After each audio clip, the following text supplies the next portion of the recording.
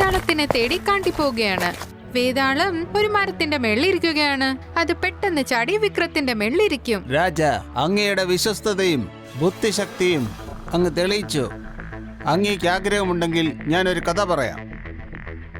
അങ്ങനെ കഥ കേട്ടുകൊണ്ടു പോയാൽ നേരം പോകുന്നത് അറിയില്ല. അങ്ങേക്ക് ക്ഷീണവും ഉണ്ടാവില്ല. വേതാളം പറയണത് കേട്ട് വേതാളത്തിന്റെ കഥ കേൾക്കാമെന്ന് രാജാവ് ചിന്തിക്കും. അത് കേട്ടതും വേതാളം അവന്റെ കഥ പറയാൻ തുടങ്ങും. കുറെ വർഷങ്ങൾക്ക് മുമ്പ് അയോധ്യ നഗരത്തിൽ വീരക്കയത്ത് നിന്നൊരു രാജാവ് ഉണ്ടായിരുന്നു. ആ രാജ്യത്തിൽ ഒരു പണക്കാരനുണ്ടായിരുന്നു. അയാളുടെ പേരാണ് രത്നദത്ത്. അയാളുടെ മകളുടെ പേരായിരുന്നു രത്നാവതി. അവൾ കാണാൻ വളരെ സുന്ദരിയായിരുന്നു. രത്നദത്ത് തന്റെ മകളുടെ കല്യാണം നടത്താൻ വേണ്ടി ഒരുപാട് ആലോചനകൾ നടത്തിയിരുന്നു. അയാൾ മകളോട് പറഞ്ഞു, നോക്കൂ മകളെ രത്നാവതി, നിന്നെ പെണ്ണ് കാണാൻ ഒരുപാട് പേര് വന്നു. എന്നാലാകട്ടെ നിനക്ക് ആരെയും ഇഷ്ടപ്പെട്ടില്ല എന്ന് പറഞ്ഞു. എന്താ പറ്റിയെന്ന് പറയും മോളെ? എന്തുകൊണ്ടാ നിനക്ക് ആരെയും ഇഷ്ടപ്പെട്ടില്ല എന്ന് പറയുന്നേ? അച്ഛാ, സൗന്ദര്യമുള്ള ചെക്കൻ മാത്രമല്ല, വളരെ ബുദ്ധിയും ബലശാലിയുമായ ചെക്കനെ ഞാൻ കല്യാണം കഴിക്കൂ. അച്ഛാ, എനിക്ക് അതുപോലത്തെ ആളെ നോക്കച്ചാ. ഒരു വശം രത്നാവതിയുടെ അച്ഛൻ അവളെ എല്ലാ ചെക്കന്മാരെ വേണ്ടെന്ന് പറയണ കൊണ്ട് വളരെ വിഷമത്തിലായിരിക്കും. മറ്റൊരു വശത്ത് നാട്ടിൽ മോഷണം നടക്കുകയാണ്. രത്നദത്തിന് എപ്പോഴും ഒരു പേടിയുണ്ടായിരുന്നു, അവന്റെ വീട്ടിലുള്ള പണങ്ങളെല്ലാം മോഷണം പോകുമോ എന്ന്. അങ്ങനെങ്ങാനും നടന്ന അവന്റെ മകൾക്ക് എങ്ങനെ കല്യാണം കഴിപ്പിക്കും എന്ന്. രത്നാവതിയുടെ മകൾക്ക് മറ്റുള്ളവരുടെ വീട്ടിൽ വളർന്ന പഴങ്ങളെ മോഷ്ടിച്ചു കഴിക്കാൻ വളരെ ഇഷ്ടമായിരുന്നു. ഒരു ദിവസം രത്നാവതി ആ പഴങ്ങളെ മോഷ്ടിച്ച് തിന്നുകയായിരുന്നു. അപ്പോ അവള് അവിടെ കള്ളനെ കാണും. ഈ വീട് നിങ്ങളുടെയാണോ? ചുമ്മാ ഇല്ല ഇല്ല, ഇത് എന്റെ വീടല്ല. ഞാൻ ഇവിടുന്ന് പഴം മോട്ടിച്ച് തിന്നാൻ വന്നതാ. ഉനക്ക് അറിഞ്ഞാ നമ്മളെ വഴക്ക് പറയും. ഇങ്ങനെ ചെയ്താൽ അവര് നിന്നെ കണ്ടുപിടിക്കും. നിനക്ക് ശരിക്കും മോഷ്ടിക്കാൻ അറിയില്ലാന്ന് തോന്നുന്നു. പഴം എങ്ങനെയാ മോഷ്ടിക്കേണ്ടതെന്ന് ഞാൻ നിന്നെ പഠിപ്പിച്ചു തരാം. രത്നാവതിക്ക് കള്ളൻ പഴം എങ്ങനെയാ മോഷ്ടിക്കണേന്ന് പഠിപ്പിച്ചു കൊടുക്കും. അത് കണ്ടിട്ട് രത്നാവതി ഒരുപാട് സന്തോഷിക്കും. ദിവസവും ആ കള്ളനെ കാണാനായി രത്നാവതി അവിടെ ചെല്ലും. അതുകൊണ്ട് അവളുടെ മനസ്സിനുള്ളിൽ ഒരിഷ്ടം തോന്നും. ആ കള്ളൻ രത്നാവതിക്ക് എങ്ങനെ മോഷ്ടിക്കണേന്ന് എന്നും പഠിപ്പിച്ചു കൊടുക്കും. ഇതിനിടയിൽ മോഷണം ഒരുപാട് കൂടും. മോഷണം ഒരുപാട് കൂടിയ കൊണ്ട് രാജാവ് വളരെ ടെൻഷനിലായിരിക്കും. അല്ലയോ മന്ത്രി, ഒരു കള്ളൻ നമ്മൾ രണ്ട് ഇവിടെ ഉള്ളപ്പോൾ ദിവസവും ഇവിടെ മോഷണം നടത്തുന്നുണ്ട്. താങ്കളെ കൊണ്ട് ഒന്നും ചെയ്യാൻ കഴിയില്ലേ? ശരി, ഈ നാട്ടിലെ മന്ത്രിക്ക് ഒരു കള്ളനെ പോലും പിടിക്കാൻ കഴിയില്ലെങ്കിൽ നാം നേരിട്ട് പോയി അയാളെ കണ്ടുപിടിക്കുന്നതാണ്. ഉറപ്പായും അവനെ ഒരു പാഠം പഠിപ്പിക്കും. അങ്ങനെ രാജാവ് ചിന്തിച്ച് ആ കള്ളൻ ആരാന്ന് കണ്ടുപിടിക്കണമെന്ന് രാത്രിയെല്ലാം ആലോചിച്ചുകൊണ്ടിരുന്നു. അപ്പൊ രാജാവ് എന്ത് കാണുമെന്നാൽ ഒരാള് വീട്ടിന്റെ ഉള്ളിൽ ചാടുകയായിരുന്നു. അത് കണ്ട രാജാവിന് സംശയം തോന്നും. അതുകൊണ്ട് അദ്ദേഹം ആ ആളിന്റെ അടുത്ത് ചെല്ലും. അല്ല, നിങ്ങളാരാ? ഈ രാത്രിയിൽ ഇവിടെ മോഷ്ടിക്കാൻ വന്നതാണോ? ഒരു കള്ളൻ മിണ്ടാതിരിക്കണ കേട്ട് മറ്റൊരു കള്ളൻ പറയാൻ തുടങ്ങും. അല്ല, എന്താ നീ ഇങ്ങനെ മിണ്ടാതിരിക്കുന്നെ? നീയും കള്ളൻ, ഞാനും കള്ളൻ. അതായത് നമ്മള് രണ്ടുപേരും ഒരേ ജോലി തന്നെയാ ചെയ്യുന്നത്. ഒരു കാര്യം ചെയ്യ്, നീ എന്റെ കൂടെ ഇപ്പോൾ വീട്ടിലോട്ട് വാ. അവിടെ പോയിരുന്ന് നമുക്ക് സംസാരിക്കാം. ഇല്ലില്ല, ഞാൻ നിന്റെ കൂടെ ഇപ്പോൾ വീട്ടിലോട്ട് വരുന്നില്ല. ഒന്ന് വരൂ, നീ എന്തായാലും വരണം. നീ എന്റെ അതിഥിയായി വീട്ടിലോട്ട് വരിക. കള്ളൻ വീണ്ടും വീണ്ടും പറഞ്ഞുകൊണ്ടിരുന്ന കൊണ്ട് അവരെ കള്ളൻ എന്ന് വിചാരിച്ചുകൊണ്ടിരുന്ന ആ രാജാവ് വീരകേതു അവരുടെ ഗുഹയ്ക്കുള്ളിലേക്ക് ചെന്നു. അവിടെ ചെന്ന് അദ്ദേഹം കാണുന്നു, അവിടെ കണ്ട ആ കള്ളൻ അവന്റെ ഗുഹയ്ക്കുള്ളിൽ ഒരുപാട് പണവും സ്വർണവും വെച്ചിട്ടുണ്ടായിരുന്നു. ഇത്ര സ്വർണവും സമ്പത്തും എങ്ങനെയാ ഈ മോഷണത്തിലൂടെ ഇത്രയും സമ്പാദിക്കാൻ കഴിയുന്നേ? ഈ നാട്ടിലെ രാജാവിനെയും നിയമത്തെയും ഒന്നിനെ നിനക്ക് ഭയമില്ല എന്നാണോ? നിന്നെ കണ്ടുപിടിച്ചാൽ അവര് നിന്നെ കൊന്നുകളയുമെന്ന് നിനക്ക് ഭയമില്ലേ? രാജാവ് പറഞ്ഞത് കേട്ട് ആ കള്ളൻ ജോറായിട്ട് ചിരിക്കാൻ തുടങ്ങി. അവരൊരിക്കലും എന്നെ പിടിക്കില്ല. എല്ലാവർക്കും കാശ് കൊടുത്താ ഞാനിത് ചെയ്യുന്നത്. ഈ നാട്ടിലെ മന്ത്രി കൈക്കൂലി വാങ്ങാൻ മിടുക്കനാണ്. ഓരോരുത്തരും കൃത്യമായി ജോലി ചെയ്താൽ എനിക്കെങ്ങനെ ഇങ്ങനെ മോഷ്ടിക്കാൻ സാധിക്കും? ആ കള്ളൻ രാജാവിനെയും അദ്ദേഹത്തിന്റെ ആൾക്കാരെയും കുറിച്ച് മോശം പറയണത് കേട്ട് അദ്ദേഹത്തിന് ദേഷ്യം വന്നു. അദ്ദേഹം കത്തിയെടുത്ത് അവനെ ബന്ധനത്തിലാക്കി. അതിനുശേഷം അവനെ അവിടുന്ന് അരമനയിലേക്ക് കൂട്ടിക്കൊണ്ടുപോയി. രാജ്മഹലിലേക്ക് പോയതും രാജാവ് അദ്ദേഹത്തിന്റെ മന്ത്രികളെ വിളിച്ചു. ഞാൻ ആജ്ഞാപിക്കുകയാണ്, ഈ കള്ളനെ തൂക്കിലേറ്റുക. കള്ളനെ പിടിച്ചു എന്ന ഈ വിഷയം നാട്ടിലുള്ള എല്ലാ ആൾക്കാരും അറിയുന്നു. അതിനുശേഷം അവന് ശിക്ഷ കൊടുത്തു എന്നും അറിഞ്ഞു. ഇതിന് അർത്ഥം എന്താന്നാ, മാങ്ങ മോഷ്ടിക്കാൻ പഠിപ്പിച്ച അവൻ തന്നെയാണ് ഈ നാട്ടിലെ കള്ളൻ. പക്ഷേ ആ കള്ളനെ മരിക്കാൻ വിടാൻ പാടില്ല. തീർച്ചയായിട്ടും എന്തെങ്കിലും ചെയ്തേ പറ്റൂ എന്ന് ചിന്തിച്ചിട്ട് അവളുടെ അച്ഛൻ്റെ അടുത്ത് സംസാരിക്കാനായി അവൾ പോകും. അച്ഛാ, രാജാവ് ഒരാളെ ശിക്ഷിക്കുന്നുണ്ടല്ലോ. അവരെ ഞാൻ ഒരുപാട് സ്നേഹിക്കുന്നുണ്ട്. ദയവ് ചെയ്ത് അദ്ദേഹത്തിന് ഒന്നും ആകാതെ നോക്കണം, അവരെ രക്ഷിക്കണം. അവരുടെ മകള് പറഞ്ഞത് കേട്ടിട്ട് അദ്ദേഹം ഒരുപാട് ദേഷ്യപ്പെടുന്നു. നീ എന്തായി പറയുന്ന രത്നാവതി? ഒരു കള്ളനെയാണോ നീ വിവാഹം കഴിക്കാൻ ആഗ്രഹിക്കുന്നത്? അയാളെ നീ എവിടെ വെച്ചാ കണ്ടുമുട്ടിയത്? അവള് എങ്ങനെയാ കള്ളനെ കണ്ടുമുട്ടിയെന്നും എന്തൊക്കെ നടന്നുവെന്നും അദ്ദേഹത്തിനോട് പറഞ്ഞു. അച്ഛാ, അദ്ദേഹം ഇല്ലാതെ ഞാൻ ജീവിക്കത്തില്ല. അതേ മോളെ, അയാളിപ്പോൾ ജയിലിലാണുള്ളത്. നമ്മളെ കൊണ്ട് ഒന്നും സാധിക്കില്ല. അയാളെ നീ എത്രയും വേഗം മറക്കണം. ഞാൻ നിനക്ക് വേണ്ടി നല്ലൊരാളെ കണ്ടുപിടിക്കാം. എത്ര വട്ടം പറഞ്ഞാലും രത്നദത്തിന്റെ മകൾ കേൾക്കത്തേ ഇല്ല. അദ്ദേഹം ക്ഷീണിച്ചിട്ട് രാജാവിന്റെ കൊട്ടാരത്തിലേക്ക് പോകും. മഹാരാജാവേ, എന്റെ മോള് ഈ കള്ളനുമായി പ്രണയത്തിലാണ്. ഈ കള്ളനെ അങ്ങ് തൂക്കിക്കൊല്ലുകയാണെങ്കിൽ അവള് ജീവൻ വെടിയും. രത്നദത്ത് പറയണ കേട്ടിട്ടും രാജാവിന്റെ തീരുമാനത്തിൽ ഒരു മാറ്റവും ഇല്ല. മഹാരാജാവേ, അങ്ങ് അനുവദിക്കുകയാണെങ്കിൽ എന്റെ എല്ലാ സ്വത്തുക്കളും, അതുമാത്രമല്ല ഈ കള്ളൻ ഇതുവരെ മോഷ്ടിച്ചതെല്ലാം ഞാൻ അങ്ങേക്ക് ഉറപ്പായും തരാം. ഇയാളെ ദയവായി വിട്ടയക്കണം. രത്നദത്ത് എത്ര പറഞ്ഞിട്ടും രാജാവിന്റെ തീരുമാനം മാറത്തില്ല. അപ്പോ അദ്ദേഹത്തിന്റെ മകൾ പറയുന്നു, എന്റെ ഭർത്താവിനെ വിടു രാജാവേ, ഇതിനുശേഷം ഒരിക്കലും മോഷ്ടിക്കില്ല. പക്ഷെ അവര് പറഞ്ഞത് കേട്ടുടനെ രാജാവിന്റെ ദേഷ്യം ഇനിയും കൂടിയിട്ടേ ഉള്ളൂ. ഞാൻ ആജ്ഞാപിക്കുകയാണ്, ഈ കള്ളനെ എത്രയും പെട്ടെന്ന് തൂക്കിക്കൊല്ലുക. കള്ളന് ശിക്ഷ കൊടുക്കാനുള്ള സമയമായി. ആദ്യം അവൻ കരയുന്നു, പിന്നെ അവൻ ജോറായി ചിരിക്കുന്നു.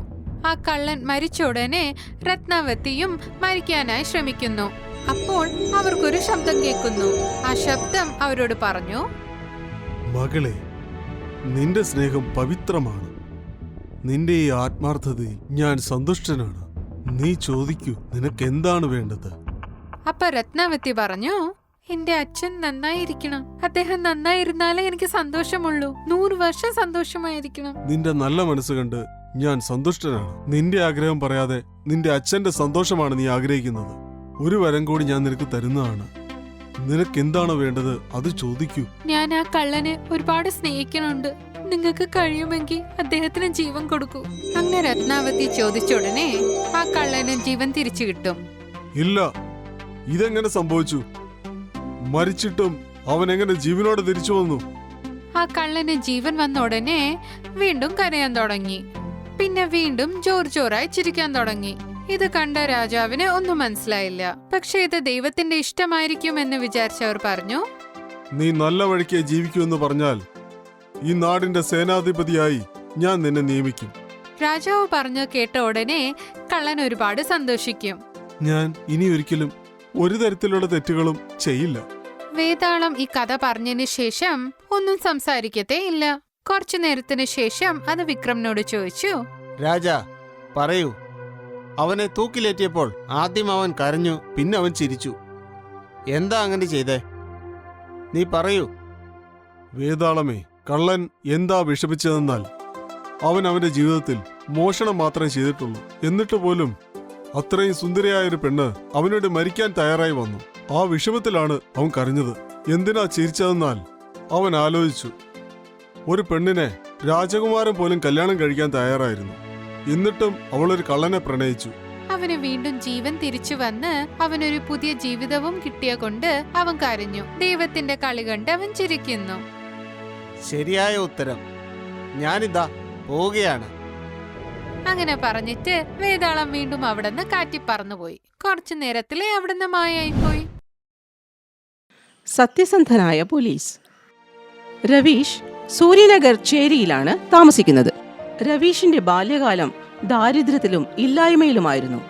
അവന്റെ അച്ഛൻ അവന് നന്നേ ചെറുപ്പത്തിൽ തന്നെ സത്യസന്ധമായി ജീവിക്കാനും മറ്റുള്ളവരെ സഹായിക്കാനും പഠിപ്പിച്ചു. അച്ഛന്റെ പ്രോത്സാഹനം കൊണ്ട് മാത്രമാണ് അവൻ പരീക്ഷകളിൽ നല്ല മാർക്കോടെ വിജയിച്ചത്. വിദ്യാഭ്യാസം പൂർത്തിയാക്കിയ രവീഷ് ഒരു പോലീസ് ഓഫീസറാകാൻ തീരുമാനിച്ചു. തന്റെയും തന്റെ അച്ഛന്റെയും ജീവിതം മെച്ചപ്പെടുത്താൻ അവൻ ആഗ്രഹിച്ചു. പോലീസ് ഓഫീസറാകാൻ അവൻ കഠിനമായി പഠിച്ചു. അവന്റെ പ്രയത്നത്തിന്റെ ഫലമായി പെട്ടെന്ന് തന്നെ അവൻ സബ് ഇൻസ്പെക്ടറായി ജോലി നേടി. പക്ഷേ അവന്റെ സന്തോഷത്തിൽ പങ്കുചേരാൻ അവന്റെ അച്ഛൻ ഉണ്ടായിരുന്നില്ല. അച്ഛന്റെ മരണത്തിനു ശേഷം രവീഷ് ലോകത്തിൽ ഒറ്റപ്പെട്ടുപോയി. അച്ഛൻ പോയ ശേഷവും അച്ഛൻ പഠിപ്പിച്ച സ്വഭാവ ഗുണങ്ങളൊക്കെ അവൻ മനസ്സിൽ സൂക്ഷിച്ചു. തന്റെ ഉദ്യോഗം ഒരു കാലത്തും ദുരുപയോഗം ചെയ്യില്ല എന്നും സത്യസന്ധമായി തന്നെ ജീവിക്കുമെന്നും അവൻ മനസ്സുകൊണ്ട് പ്രതിജ്ഞ ചെയ്തു. കുറച്ചു കാലങ്ങൾക്ക് ശേഷം രവീഷ് ഒരു നല്ല പെൺകുട്ടിയെ വിവാഹം ചെയ്തു. രവീഷിന് ഒരു മകനുണ്ടായി. അവനെയും സത്യസന്ധനായ പോലീസ് ഓഫീസർ ആക്കണമെന്നായിരുന്നു രവീഷിന്റെ ആഗ്രഹം. രവീഷിന്റെ മകൻ അമൻ മഹാവികൃതിയും അടക്കമില്ലാത്തവനുമായിരുന്നു. അച്ഛൻ പോലീസ് ഓഫീസർ ആയതുകൊണ്ട് അഹങ്കാരിയായി തീർന്ന അമൻ മറ്റുള്ള കുട്ടികളെ ശല്യപ്പെടുത്തിയിരുന്നു. മഹാവികൃതിയായിരുന്ന അമൻ 10ാം ക്ലാസ് എത്തിയപ്പോഴേക്കും ഒരു റൗഡിയായി തന്നെ മാറി. ഒരു ദിവസം, എടാ സൗരഭ്, എക്സ്പെൻസീവ് ആയ ടാബ്ലറ്റ് എടുത്തിട്ട് നീ എന്തിനാണ് ഇവിടെ വന്നിരിക്കുന്നത്? താ എൻ്റെ അടുത്താ അത്. നീ എന്താണ് ഈ പറയുന്നത്? ഈ ടാബ് എൻ്റെ അച്ഛൻ എനിക്ക് തന്നതാ. നീ ആരാടാ എൻ്റെ ടാബ് ചോദിക്കാൻ? സൗരഭിന്റെ വാക്കുകൾ കേട്ട് അമന് ദേഷ്യം വന്നു. അവൻ സൗരഭിനെ തള്ളിയിട്ടു. എന്ത് തർക്കുത്തരം പറയുന്നോ? എൻ്റെ അച്ഛൻ ആരാ നിനക്കറിയോ? രാത്രിയോട് രാത്രി നിന്നെ ഇല്ലാതാക്കി കളയും. ഈ ടാബ്ലറ്റ് നീ ഇനി ഉപയോഗിക്കില്ലടാ. അമ്മൻ, ആ ടാബ്ലറ്റ് എനിക്ക് തിരിച്ചു താടാ. എൻ്റെ അച്ഛൻ ഞാൻ പഠിക്കാൻ വേണ്ടി കഷ്ടപ്പെട്ട് വാങ്ങിച്ചു തന്നതാണ്. അമൻ വാശിയോടെ ആ ടാബ്ലറ്റ് നിലത്തെറിഞ്ഞു പൊട്ടിച്ചു. ഇതാ നിന്റെ ടാബ്ലറ്റ്. അമൻ, നീ ചെയ്ത് ഒട്ടും ശരിയായില്ല. ഞാൻ പ്രിൻസിപ്പലിനോട് പറയാൻ പോവാ. സൗരഭ് പ്രിൻസിപ്പലിന്റെ അടുത്ത് പോയി പരാതി കൊടുത്തു. ഈ അമന്റെ ശല്യം കൂടി വരികയാണല്ലോ. ദിവസവും ആരെങ്കിലും ഒരാള് ആ അമനെ കുറിച്ചുള്ള പരാതിയായിട്ടാണ് എന്റെ റൂമിലേക്ക് വരുന്നത്. എനിക്ക് മതിയായി. ഇന്ന് ഞാൻ അമന്റെ അച്ഛനെ വിളിച്ച് കാര്യങ്ങളെല്ലാം വിശദമായിട്ട് അയാൾക്ക് പറഞ്ഞു കൊടുക്കും. പ്രിൻസിപ്പൽ രവീഷിനെ സ്കൂളിലേക്ക് വിളിപ്പിച്ചു. രവീഷ് സാറേ, നിങ്ങൾ അമനെ ഒന്ന് പറഞ്ഞ് മനസ്സിലാക്കണം. അവൻ സ്കൂളിൽ സ്ഥിരമായി മറ്റു കുട്ടികളെ ശല്യം ചെയ്യുന്നു. അച്ഛൻ പോലീസ് ഓഫീസറാന്ന് പറഞ്ഞ് മറ്റുള്ളവരെ പേടിപ്പിക്കുകയാണ്. ഇന്നലെ അവന്റെ ക്ലാസ്മേറ്റിന്റെ എക്സ്പെൻസീവ് ടാബ്ലറ്റ് താഴെ എറിഞ്ഞ് പൊട്ടിച്ചു. സൗരഭ് ഒരു പാവപ്പെട്ട വീട്ടിലെ കുട്ടിയാണ്. അവന്റെ അച്ഛൻ കഷ്ടപ്പെട്ട് പൈസ ശേഖരിച്ച് വാങ്ങിച്ചു കൊടുത്തതാണ് അവൻ ആ ടാബ്ലറ്റ്. പക്ഷേ അവന്റെ ദേഷ്യം കൊണ്ട് ഒരു നിമിഷത്തിൽ ആ ടാബ്ലറ്റ് പൊട്ടിച്ചു. ഇത് അവന്റെ അവസാനത്തെ വാർണിംഗ് ആണ്. അവന്റെ ബിഹേവിയറിൽ എന്തെങ്കിലും ചേഞ്ച് വന്നിട്ടില്ലെങ്കിൽ എനിക്ക് അവനെ സ്കൂളിൽ നിന്നും പുറത്താക്കേണ്ടി വരും. സാറേ, എൻ്റെ മകന് വേണ്ടി ഞാൻ അങ്ങയോട് മാപ്പ് ചോദിക്കുന്നു. ഞാൻ സത്യം ചെയ്യുന്നു, ഇനി മുതൽ അവൻ ഇങ്ങനെ ഒന്നും ചെയ്യില്ല. ഞാൻ അവനെ പറഞ്ഞ് മനസ്സിലാക്കാം. പിന്നെ സൗരഭിന് ഒരു പുതിയ ടാബ്ലറ്റ് ഞാൻ മേടിച്ചു കൊടുക്കാം. പ്രിൻസിപ്പൽ അമ്മനെ കുറിച്ച് പറഞ്ഞത് കേട്ട് രവീഷ് മാനസികമായി വിഷമിച്ചു. അയാൾ ഇതേവരയ്ക്കും തന്റെ പദവിയെയോ അധികാരത്തെയോ ആരുടെ മേലും ദുരുപയോഗം ചെയ്തിട്ടില്ലായിരുന്നു. പക്ഷേ രവീഷിന്റെ മകൻ സ്വഭാവത്തിൽ രവീഷിന് എതിരായിരുന്നു. ഈ കാരണങ്ങൾ കൊണ്ട് തന്നെ രവീഷ് വളരെ ദുഃഖിതനായിരുന്നു. അയാൾ വീട്ടിലെത്തി. അമൻ, ഞാൻ നിനക്ക് ഈ വീട്ടിൽ എന്ത് കുറവാണ് വെച്ചിട്ടുള്ളത്? നീ എന്തിനാ നിന്റെ കൂട്ടുകാരെ ഇങ്ങനെ ഉപദ്രവിക്കുന്നത്? നീ എന്ത് ഗുണ്ടയാണോ? ഒരു പോലീസ് ഓഫീസറുടെ മകനായതുകൊണ്ട് തന്നെ നീ മറ്റുള്ളവരോട് കൂടുതൽ നന്മയോട് പെരുമാറണമായിരുന്നു. നീ നിന്റെ അച്ഛനും അമ്മയ്ക്കും ചീത്തപ്പേര് വാങ്ങിച്ചു കൊടുക്കരുത്. ഇതെല്ലാം ഞാൻ കഷ്ടപ്പെട്ട് ഉണ്ടാക്കിയെടുത്തതാണ്, നശിപ്പിക്കരുത്. അച്ഛന്റെ വാക്കുകൾ കേട്ട അമൻ ഓടിച്ചെന്ന് അച്ഛനെ കെട്ടിപ്പിടിച്ച് ഇനി ഒരിക്കലും ഇങ്ങനെ ചെയ്യില്ലെന്ന് വാക്കുകൊടുത്തു. ഇനി ഒരിക്കലും മറ്റുള്ളവരെ ശല്യം ചെയ്യില്ലെന്നും അച്ഛന് അപമാനകരമായി ഒരു കാര്യവും ചെയ്യില്ലെന്നും അവൻ വാക്കുകൊടുത്തു. വർഷങ്ങൾ കടന്നുപോയി. വിദ്യാഭ്യാസം പൂർത്തിയാക്കിയ അമനും അച്ഛനെ പോലെ തന്നെ ഒരു പോലീസ് ഓഫീസറായി ജോലിയിൽ കയറി. അമൻ ജോലിയിൽ കയറി കുറച്ചു മാസങ്ങൾ കഴിഞ്ഞു. ഒരു ദിവസം അവന്റെ അച്ഛൻ രവീഷിന് ഒരു കോൾ വന്നു. ഇത് ഇൻസ്പെക്ടർ രവീഷിന്റെ നമ്പർ അല്ലേ? അതെ, ഇത് ഇൻസ്പെക്ടർ രവീഷാണ് സംസാരിക്കുന്നത്. ഇതാരാണ്? നിങ്ങളുടെ മകന്റെ ജീവന് ഒന്നും സംഭവിക്കാതിരിക്കണമെങ്കിൽ ഞങ്ങൾ പറയുന്നത് പോലെ നിങ്ങൾ ചെയ്തേ പറ്റൂ. എന്ത് തോന്നിയവാസാ താൻ പറയുന്നത്? ആരാടാ നീ? എവിടെയാണ് എൻ്റെ മകൻ? നിങ്ങൾ അവന് എന്താ ചെയ്തത്? ഇതുവരെയ്ക്കും ഒന്നും ചെയ്തിട്ടില്ല. പക്ഷേ നീ ഞങ്ങൾ പറയുന്നത് പോലെ കേട്ടില്ലെങ്കിൽ അവനെ കൊത്തി അരിഞ്ഞ് നിന്റെ വീട്ടിലെത്തിക്കും. മനസ്സിലായോ? ആരാണ് നിങ്ങൾ? എന്താ വേണ്ടത്? എൻ്റെ മകനെ എന്തിനാണ് നിങ്ങൾ കിഡ്നാപ്പ് ചെയ്തത്? എൻ്റെ മകനും ഒരു പോലീസ് ഓഫീസറാണെന്ന് നിനക്കറിയോ? അറിയാം. നിന്റെ മോനൊരു പോലീസ് ഓഫീസറാണെന്നല്ല എനിക്കറിയാം. ഈ സത്യസന്ധത പറഞ്ഞു നടക്കുന്ന കുറേ പോലീസുകാരന്മാരെ ഞാനും കണ്ടതാണ്. ഞാൻ പറയുന്നത് ശ്രദ്ധിച്ചു കേട്ടോ. നിനക്ക് നിന്റെ മകനെ ജീവനോടെ വേണമെങ്കിൽ ഞങ്ങളുടെ അടുത്ത കോളിന് വേണ്ടി നീ വെയിറ്റ് ചെയ്യണം. ഇത്രയും പറഞ്ഞ അജ്ഞാതൻ ഫോൺ കട്ട് ചെയ്തു. ഇയാൾ ആരാണ്? എന്താണ് ഇയാൾ പറയാൻ വരുന്നത്? എൻ്റെ മകനൊന്നും സംഭവിക്കാൻ പാടില്ല. രവീഷ് വളരെയധികം പരിഭ്രാന്തനായിരുന്നു. പെട്ടെന്ന് അയാളുടെ മൊബൈൽ ഫോൺ വീണ്ടും അടിക്കാൻ തുടങ്ങി. ഇൻസ്പെക്ടർ, മകനെ രക്ഷിക്കണോ അല്ലെങ്കിൽ? നോക്കൂ, ഞാൻ നിങ്ങളോട് എന്ത് തെറ്റാണ് ചെയ്തത്? എന്റെ മകനെ എന്തിനാ നിങ്ങൾ കിഡ്നാപ്പ് ചെയ്തത്? ഞാൻ 1 രൂപ കൂടെ കൈക്കൂലി വാങ്ങിക്കാത്ത ഒരു ഓഫീസറാണ്. ഞാനൊരു സ്ട്രിക്റ്റ് ആയ പോലീസ് ഓഫീസറാണ്. ആരാണ് നീ? നിനക്ക് എന്താ വേണ്ടത്? പറ. ഇൻസ്പെക്ടറെ, ഈ ഇമോഷണൽ ഡ്രാമയൊന്നും എൻ്റെ അടുത്ത് നടക്കില്ല, മനസ്സിലായോ? ഞങ്ങളുടെ ഫസ്റ്റ് കണ്ടീഷൻ, നിന്റെ മകനെ ഞങ്ങൾ തട്ടിക്കൊണ്ട് വന്നതിനെക്കുറിച്ച് നിന്റെ പോലീസ് ഡിപ്പാർട്ട്മെൻറ്റെ അറിയിക്കരുത്. പിന്നെ നിന്റെ മകൻ്റെ മുഖം നീ ഒരിക്കലും ഈ ജീവിതത്തിൽ കാണില്ല. പിന്നെ താനൊരു സാധാരണ പോലീസ് ഓഫീസർ അല്ലല്ലോ. എനിക്കറിയാം താൻ നാർക്കോട്ടിക്സിൻ്റെ ഹെഡ് ഓഫ് ഓപ്പറേഷൻ ആയ കാര്യം. ഇതുപോലത്തെ ന്യൂസ് ആദ്യം എത്തുന്നത് ഞങ്ങളുടെ അടുത്താണ്. 2 ദിവസം മുമ്പ് നിങ്ങൾ ഡ്രഗ് റെയ്ഡിൽ കുറേ ഡ്രഗ്സ് പിടിച്ചില്ലേ? ആ ഡ്രഗ്സും എടുത്ത് പടിഞ്ഞാറേ കുന്നിൻ്റെ അടുത്ത് വാ. നിങ്ങളുടെ മകനെ ജീവനോടെ തിരിച്ചേൽപ്പിക്കാം. ഡ്രഗ്സ് നിങ്ങൾ ഞങ്ങളെ ഏൽപ്പിക്കുന്ന നിമിഷം നിങ്ങളുടെ മകനെ നിങ്ങൾക്ക് തിരിച്ചു നൽകുന്നതായിരിക്കും. നീ എന്തൊക്കെയായി പറയുന്നത്? ഞങ്ങൾ പിടിച്ചത് ഡേഞ്ചറസ് ആയ ഡ്രഗ്സ് ആണ്. സമൂഹ വിരോധമായ കാര്യങ്ങൾ ഞാൻ ഒരിക്കലും ചെയ്യില്ല. ആ ഡ്രഗ്സ് തിരിച്ചു തരില്ല. നല്ലോണം ആലോചിച്ചോ സാറേ. ഞങ്ങളുടെ സാധനം നിങ്ങൾ തിരിച്ചേൽപ്പിച്ചില്ലെങ്കിൽ നിങ്ങളുടെ മകനെ കൊല്ലാനും ഞങ്ങൾ മടിക്കില്ല. നോക്കൂ, ആ ഡ്രഗ്സ് ഞാൻ ഓൾറെഡി സബ്മിറ്റ് ചെയ്ത് കഴിഞ്ഞു. എനിക്കത് ആക്സസ് ചെയ്യാൻ ഓത്തറൈസേഷൻ ഇനിയില്ല. നിന്റെ മകനെ തന്നെ ഞാൻ തട്ടിക്കൊണ്ടുവന്നു. അപ്പം തന്നെ നീ മനസ്സിലാക്കണ്ടേ, നിന്റെ ഡിപ്പാർട്ട്മെന്റിൽ എന്തൊക്കെ നടക്കുന്നു എന്ന് എനിക്കെല്ലാം അറിയാം. സംസാരിച്ച് സമയം കളയല്ലേ ഇൻസ്പെക്ടറെ. നാളെ വൈകുന്നേരത്തിൻ്റെ ഉള്ളിൽ പടിഞ്ഞാറ മലയിൻ്റെ അടുത്ത് ഡ്രഗ്സ് കൊണ്ട് വന്നില്ലെങ്കിൽ മറ്റന്നാൾ നിങ്ങളുടെ മകൻ്റെ ശവം ഞങ്ങൾ പാർസൽ ചെയ്ത് നിന്റെ വീട്ടിലേക്ക് അയക്കും. ഇത്രയും പറഞ്ഞ ശേഷം ആ അജ്ഞാതൻ ഫോൺ കട്ട് ചെയ്തു. സത്യസന്ധനായ രവീഷിന് തന്റെ മകന്റെ ജീവിതം ഒരു സമസ്യയായി മാറി. 30 വർഷക്കാലത്തെ തന്റെ സത്യസന്ധമായ ഉദ്യോഗ ജീവിതത്തെ കളങ്കപ്പെടുത്താൻ അയാൾ തയ്യാറല്ലായിരുന്നു. അയാളുടെ മനസാക്ഷി കള്ളത്തരം ചെയ്യാൻ അയാളെ സമ്മതിച്ചില്ല. കുറച്ചുനേരം തീവ്രമായി ആലോചിച്ച ശേഷം ഒരു പ്ലാൻ ഉണ്ടാക്കിയ രവീഷ് ഫോണിൽ ആരെയോ വിളിച്ച് സംസാരിക്കാൻ തുടങ്ങി. പിറ്റേ ദിവസം വൈകുന്നേരം 7 മണിക്ക് രവീഷ് ഒരു കറുത്ത ബാഗുമായി പടിഞ്ഞാറെ കുന്നിലേക്ക് കാർ ഓടിച്ചു പോയി. അജ്ഞാതൻ പറഞ്ഞതുപോലെ തന്നെ ആ കറുത്ത ബാഗ് ആ ആലിന്റെ ചുവട്ടിൽ വെച്ച് തിരികെ നടന്ന് തന്റെ കാറിൽ കയറി കാത്തിരിക്കാൻ തുടങ്ങി. കുറച്ച് സമയത്തിന് ശേഷം ദൂരെ നിന്നും അയാളുടെ മകൻ അയാളുടെ അടുത്തേക്ക് ഓടി വരുന്നത് അയാൾ കണ്ടു. രവീഷിന്റെ മൊബൈൽ അടിക്കാൻ തുടങ്ങി. രവീഷ് സാറേ, നിങ്ങളുടെ മകൻ നിങ്ങളുടെ അടുത്ത് എത്തിയല്ലേ? ഇനി നിങ്ങൾ എൻജിൻ സ്റ്റാർട്ട് ചെയ്ത് ഇവിടെ നിന്ന് വേഗം സ്ഥലം വിട്ടോ. എന്റെ മകനെ നിങ്ങൾ തിരിച്ചേൽപ്പിച്ചതിന് ഒരുപാട് നന്ദിയുണ്ട്. രവീഷ് തന്റെ ജീപ്പ് മുമ്പോട്ടെടുത്തു. അതിനുശേഷം തന്റെ സുഹൃത്തായ ശർമ്മയെ ഫോണിൽ ബന്ധപ്പെട്ടു. അച്ഛാ, നിങ്ങൾ എന്താ ചെയ്തത്? അച്ഛൻ ബാഗിൽ ചിപ്പ് വെച്ചിട്ടുണ്ടായിരുന്നു. ആ ബാഗിലുള്ള ഡ്രഗ്സ് ഫേക്ക് ആണല്ലേ? എന്റെ ജീവനെ കുറിച്ച് അച്ഛനൊന്നും ഓർത്തില്ലല്ലേ? അവന്മാർ എന്നെ എന്തെങ്കിലും ചെയ്തിരുന്നെങ്കിലോ? അമ്മൻ, ഞാൻ കരുതലോടെയാണ് എല്ലാം ചെയ്തത്. അതുകൊണ്ട് തന്നെ നിന്നെ രക്ഷിക്കാൻ ഞാൻ തന്നെ ഇവിടെ വന്നത്. 30 വർഷത്തെ അനുഭവം ഉണ്ടടാ മോനെ എനിക്ക്. നീ വിഷമിക്കണ്ട, നീ 100% സേഫ് ആണ്. അച്ഛന്റെ വാക്കുകൾ കേട്ട അമൻ ചിന്തിക്കാൻ തുടങ്ങി. പെട്ടെന്ന് തന്നെ അവൻ തന്റെ ഫോൺ എടുത്ത് ആർക്കോ മെസ്സേജ് ടൈപ്പ് ചെയ്യാൻ തുടങ്ങി. അപ്പോൾ രവീഷ് പെട്ടെന്ന് അവന്റെ കയ്യിൽ നിന്നും ഫോൺ തട്ടിയെടുത്തു. സാറേ, നമ്മുടെ പ്ലാൻ പൊളിഞ്ഞു. ആ ബാഗ് തുടരുത്. ബാഗിൽ ചിപ്പുണ്ട്. ഒമൻ, നീ ഇത് ആർക്കാ അയക്കുന്നത്? ഏത് പ്ലാനാണ് ഫെയിലായത്? അച്ഛാ, അതൊന്ന് നീ എന്താ പറയാൻ വരുന്നത്? ഞാൻ പറയട്ടെ. നീയാണ് എൻ്റെ സൂത്രധാരനെന്ന്. ഞാൻ 50 കോടിയുടെ ഡ്രഗ്സ് പിടിച്ച കാര്യം നീ മനസ്സിലാക്കി. ആ ഡ്രഗ്സ് നിന്റെ പക്കൽ കൊണ്ടുവരാനല്ലേ നീ ഇത്ര ഡ്രാമ കഴിച്ചത്? പറയൂ ഇൻസ്പെക്ടർ അമൻ. അതെ, നിങ്ങൾ പറഞ്ഞത് ശരിയാണ്. എനിക്ക് നിങ്ങളെ പോലെ സത്യസന്ധനാവണ്ട. ജീവിതം മുഴുവൻ ഒരു ദരിദ്രനായി സർക്കാർ ക്വാർട്ടേഴ്സിൽ താമസിക്കാൻ എനിക്ക് മനസ്സില്ല അച്ഛാ. എനിക്ക് സുഖമായി ജീവിക്കണം. നിങ്ങൾ നിങ്ങളുടെ ജീവിതം ജീവിച്ചു കഴിഞ്ഞു. നിങ്ങൾക്ക് എന്ത് നഷ്ടം വരാനാ ആ ഡ്രഗ്സ് അവന്മാരായിട്ട് തിരിച്ചു കൊടുത്തു കഴിഞ്ഞാൽ? ഒമൻ, ഞാൻ ഇതുവരെയ്ക്കും സത്യത്തിനും ധർമ്മത്തിനും അനുസരിച്ച് ജീവിച്ചിട്ടുള്ളൂ. ഈ റിട്ടയർമെന്റ് കാലത്ത് നീച പ്രവൃത്തി ചെയ്ത് ഞാൻ ഉണ്ടാക്കിയ സൽപ്പേര് കളയാൻ ഞാൻ തീരുമാനിച്ചിട്ടില്ല. നിന്റെ പ്ലാനൊക്കെ കൊള്ളാമായിരുന്നു.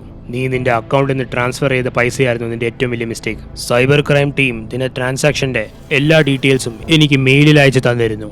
അപ്പോഴാണ് എൻ്റെ സംശയം ബലപ്പെട്ടു തുടങ്ങിയത്. കിഡ്നാപ്പ് ചെയ്യപ്പെട്ട നിനക്ക് എങ്ങനെയാണ് പൈസ ട്രാൻസ്ഫർ ചെയ്യാൻ കഴിഞ്ഞത്? അപ്പോൾ തന്നെ ഞാൻ ഉറപ്പിച്ചു, ഇതിൻ്റെ പിന്നിലെ കറുത്ത കൈകൾ നിന്റേതാണെന്ന്. പെട്ടെന്ന് തന്നെ ഞാൻ ഈ പ്ലാൻ ഇടാൻ തുടങ്ങി. The game is over now. You are under arrest. അച്ഛൻ്റെ മകനെയാണോ അച്ഛൻ അറസ്റ്റ് ചെയ്യുന്നത്? അച്ഛൻ്റെ മനസാക്ഷിയോട് എന്തു പറയും? എൻ്റെ മനസാക്ഷിക്ക് മുമ്പിൽ ഞാൻ എന്നും സത്യസന്ധനാണ്. നീ അതിനെക്കുറിച്ച് ടെൻഷൻ അടിക്കണ്ട. ഇത്രയും പറഞ്ഞ ശേഷം രവീഷ് അമന്റെ കയ്യിൽ വിലങ്ങ് വെച്ച് ജയിലിലേക്ക് കൊണ്ടുപോയി. തന്റെ മകനെ ജയിലിന്റെ ഉള്ളിൽ കണ്ടിട്ട് പോലും ആ സത്യസന്ധനായ ഓഫീസർ പതറിയില്ല. അയാൾ സത്യസന്ധതയോടെ പ്രവർത്തിച്ച് എല്ലാവർക്കും ഒരു റോൾ മോഡലായി മാറി.